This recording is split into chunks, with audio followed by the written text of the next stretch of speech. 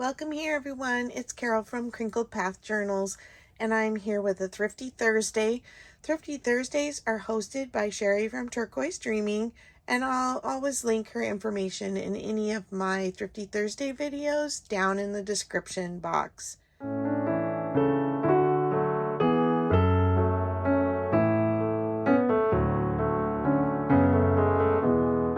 This week, I got another call from my friend Paul, who is the book appraiser at my favorite thrift store. And he's been giving me damaged books that they cannot sell. And he's amazing, full of knowledge. And I'm learning things from him in our little visits when he gives me books. And he always kind of approaches me with, I have another book for you, but I'm not sure you're going to want it. And I always want it, right? So this is my stack of books I purchased. This is my stack of books that he gave me this last week. So this first one, I love the color on the cover, gold and red and brown, and it's leather. And it is Scenes from the Winter's Tale. And it was removed from the collection at the Bohemian Club, wherever that was. And the whole book are these pieces of art. And they have the story in back in this gold leaf.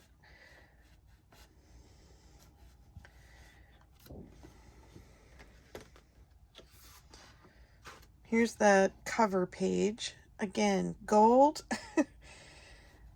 London Day and Sun Limited. And then it's got the Bohemian Club little embossed stamp there.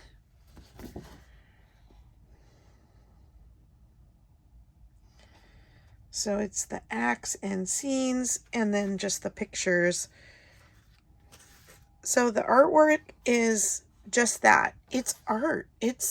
I can hardly call it a book because each individual page is a work of art.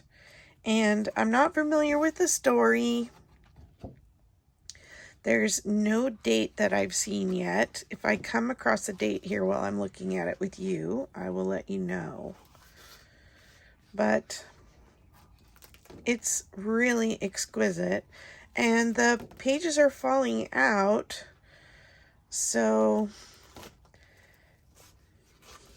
he offered it to me and I took it. I don't know who the person is who would be really interested in this, but if it's you, let me know. Right now, I am mostly just interested in using the cover for a journal, but it's almost like these artworks need to be framed, maybe. But it is a very distinctive style, and so maybe it's not everybody's taste. This would not really be something that I would hang in my house, but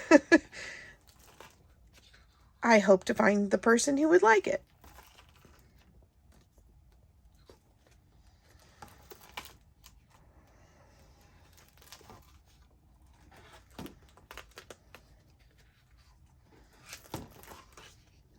You know what? It's kind of a gray day. There, turn my ring light on. Do you see the gold now? A little better?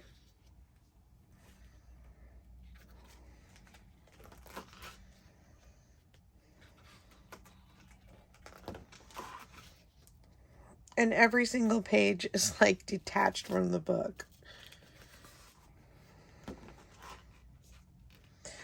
So it's an illuminated book, meaning I believe that it's painted Owen Jones and Henry Warren on stone by A. Warren. Just the details of this are incredible.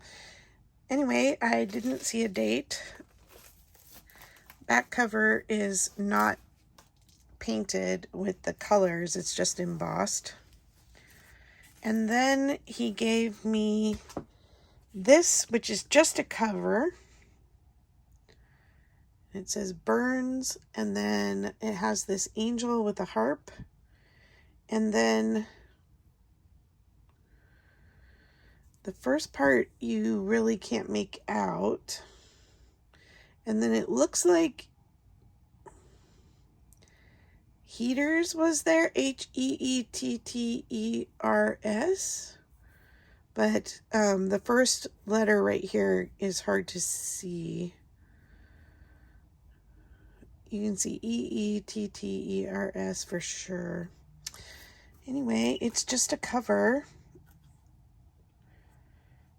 but it's a very pretty cover, even though it's got a lot of wear. We don't mind the wear in the junk journal community, do we, usually? Then I got these two, Pearlie's Reminiscence, Illustrated Volume 1 and 2. And they are absolutely falling apart. In fact, this big chunk was loose and I tucked it inside. But again, the covers are pretty amazing in that they are leather covers. And even though this one's hanging on by a thread. And then look at the marbling inside. It looks hand painted, because you can see the different layers of paint. It's not just a copy of something that was painted. And then this is very much U.S. history, from what I could tell.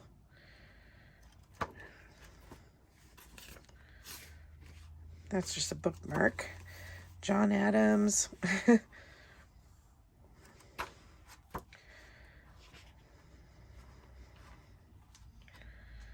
I did not look for a date on these either. Let me see if there's something here.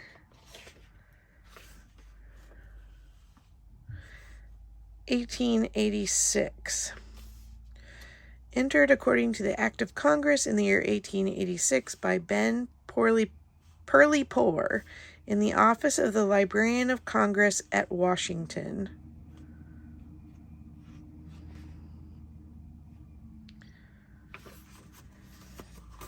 The illustrations look like lithograph prints.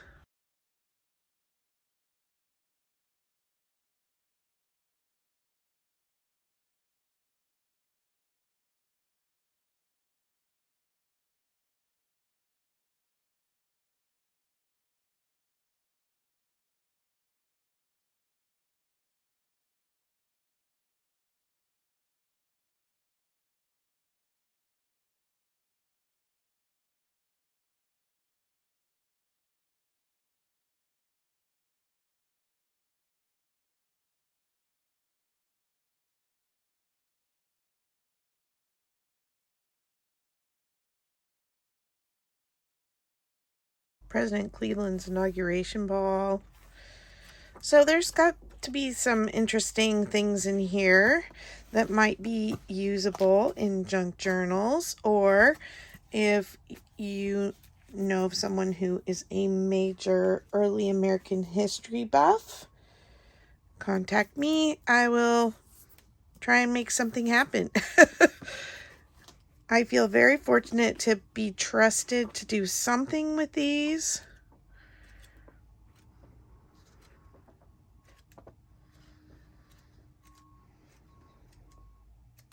But they're not the standard book that I would, pick out for making my own junk journals out of.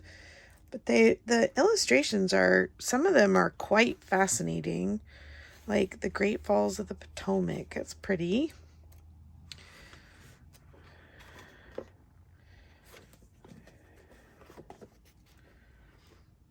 These signatures.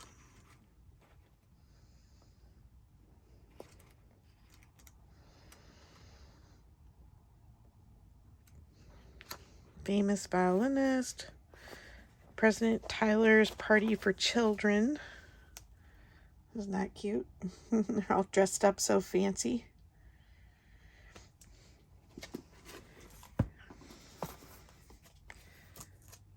Anyway, I find them fascinating, and I feel like they're going to find their home somehow through me. Look at all the pieces coming off of it, though.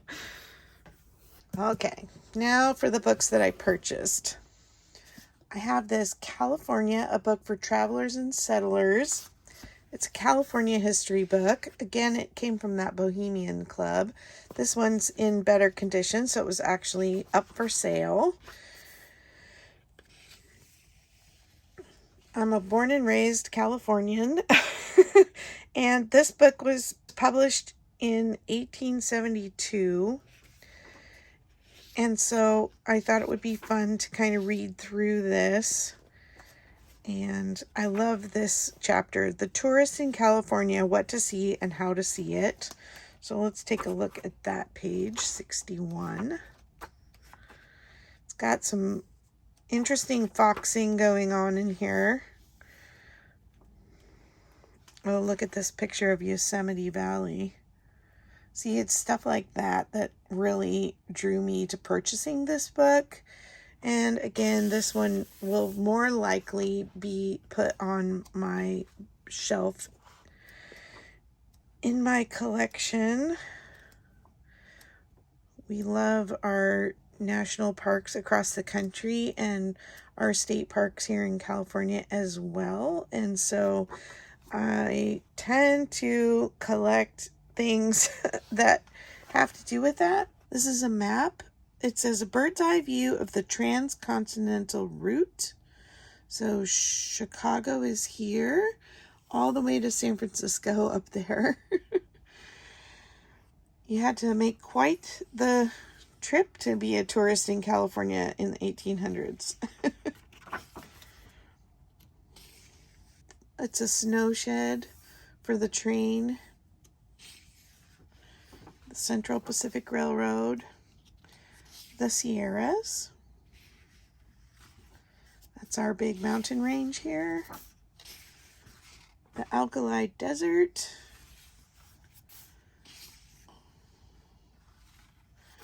Ooh, this is a big cut they made for the railroad. Sacramento here in California, which is our state capital, has the Historic Railroad Museum. And so a lot of this history would be there too. There's another view of Yosemite Valley. There is a tunnel here now where you come out on this vista point and you see Half Dome and the waterfall, and this is El Capitan, Big Mountain. And we have many family pictures from this very exact spot. So it's really fun to see something this old, and that there are still some things that look untouched. All that granite that doesn't erode very quickly. The Three Brothers in Yosemite Valley. Yosemite Falls. My husband and I hiked to the top of this in college, and I got heat stroke. And he just a few years back, well, maybe more like 6 or 7 years ago, hiked to the top with our college-age daughters. And he could just about not walk the next day, but he was so excited to do that with them. My hubby is pretty athletic. He commutes about 30 miles back and forth to work a couple times a week on a bicycle. And so that just tells you that's a very tough hike, especially the steep coming down on your knees. There's a lot of Yosemite in this book, which is amazing.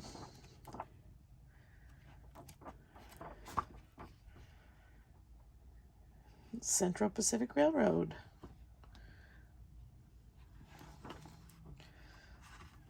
Book bindery. That's one of the things Paul was telling me about. I may have mentioned it in my last Thrifty Thursday when he gave me a book. that when you purchased a fine book back in the 1800s, you would purchase the manuscript and then you would take it to your favorite bookbindery to have it bound, and they would bind it with your seal in it and for your library. The Grand Hotel San Francisco. I have to see which one that is and if it's still standing at some place. The ads in this are great. They might be kind of fun to scan.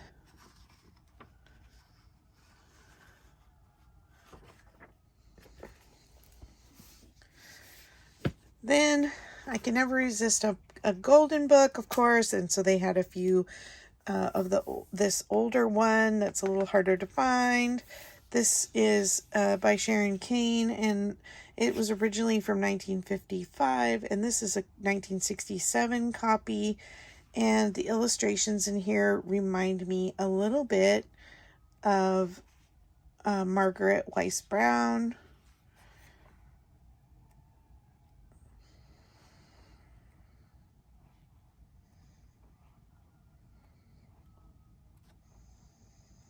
It has some pages that are torn, and so this one's definitely up for use in a junk journal.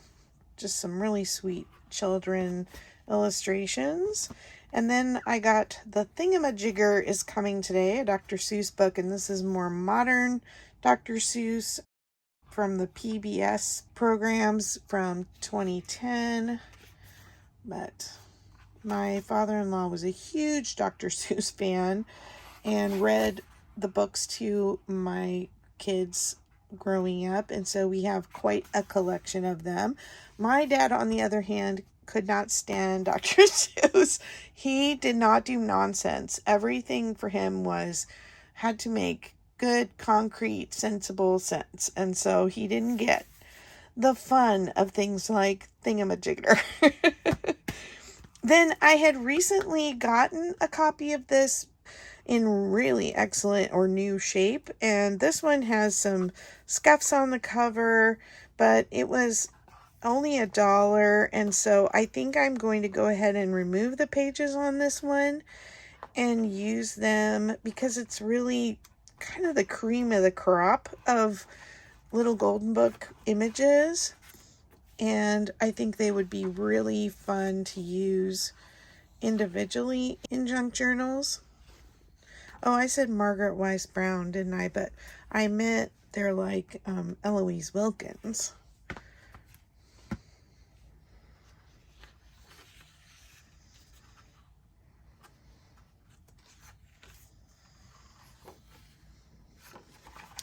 Anyway, I love these images, and so I'm excited to use them.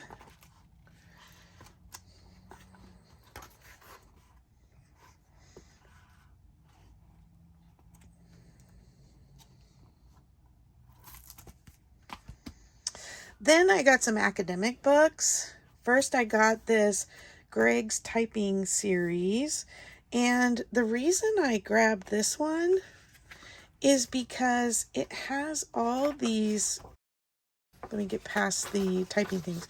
It has all these templates, and I'm going to read up a little more because I think that they're made so you can make copies of them to practice your typing skills, like how to align the envelope in the typewriter so you type the address correctly.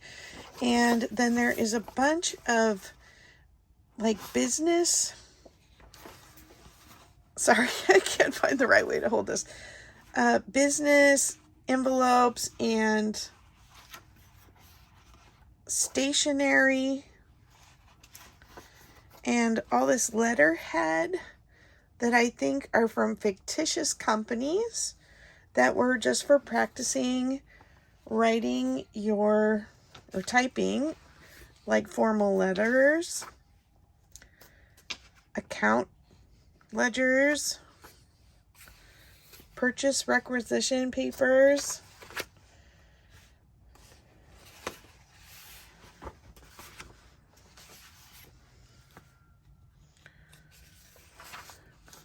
telegrams or money transfers, invoices. What did I miss in here? Hold on. News releases, inter-office correspondence. Anyway, I thought these were really fun little sheets. When my dad, when I was little, when he worked in the hospital, when they would toss out lab, like triplicate notes for lab work or patient record forms that were blank, he would bring them home when they were, changing to a different, these are checks, when they were changing to a different form, and I and my friend Susie would keep them in a desk in my bedroom. That was my brother's desk, because I shared his room when he was away at college, and we would play office a lot, and we would fill out forms and file, and we felt like that was all really exciting stuff, and we would have loved these. But I'm going to read in a little more about whether they're reproducible or not. And I still haven't seen a date, so let me go back and look at the date on this. 1953. So definitely the manuscript is not out of copyright, but I have to look really carefully in here to see if it's reproducible. Okay, then I got 3 math books. Okay, I can balance my checkbook, and I can do math on my fingers. I had to take a lot of math to get my master's degree, but I don't particularly care to do math. And I know there's people out there like my husband who are amazing whizzes at algebra and geometry and all that stuff. I liked physics, but that was about it. So why did I get functional mathematics? Because it's got the coolest diagrams and charts and statistics, and I think they make visually interesting pages as long as I don't have to do any homework. And I love the cover on this one. It's really got like an old science kind of feel to it. And let's look at the year, 1953. I was going to say 1950s, kind of almost the space and science kind of era of drawing here, which I think is really cool. And then I got this geometry book, which is a little newer, I believe. Let's look. 1974. But again, a lot of pages, probably not really great, but there were some cool diagram pages in this one too. And these books were really, really cheap. They were on the kind of last sale rack, and so I thought they were fun. And then this last one is an introduction to the theory of numbers, and this one is 1962. And again, these long, where are they? These long equations. Oh, and the pages on this book are really that smooth, buttery, soft paper. So I think it's really kind of would make fun pages, just kind of general entry stuff for junk journals. Okay, so that's my Thrifty Thursday for today. If you've got something that you thrifted or got a good deal on, jump on, do a hashtag Thrifty Thursday video and let Sherry know, and she'll add you to the list of collaborators. Have a great day, and we'll see you in the next video. Bye-bye.